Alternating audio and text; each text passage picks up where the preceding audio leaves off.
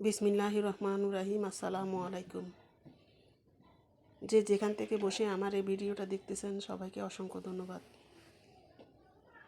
তো আসলে বিকেলবেলা আমি এই পিঠাটা বানিয়ে ফেলতেছি। শীত তো যাই অবস্থার মধ্যে আছে, এখনও তো একটু একটু গরম লাগে। শীতের পিঠা একটু খেয়ে দেখি সামনের শীতে থাকি কি না থাকি।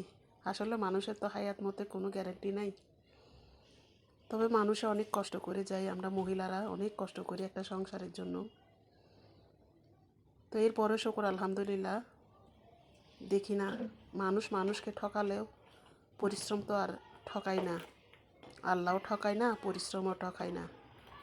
সততা নিয়ে দক্ষতা নিয়ে কাজ করলে আজ না হোক কাল না হোক পরশুদিন না হোক একদিন না হয় একদিন তার সফলতা কিন্তু আসবে। শুধু একটু ধৈর্যটা ধরতে হবে। আমাদের অনেকের তো আবার ধৈর্যটা কম, তবু দেখি আল্লাহ কোন দিকের পানি কোন দিকে নিয়ে যায়। তো দেখলেন তো পিঠাটা কীভাবে বানালাম, খুব অল্প সময়ের মধ্যে হয়ে যায়।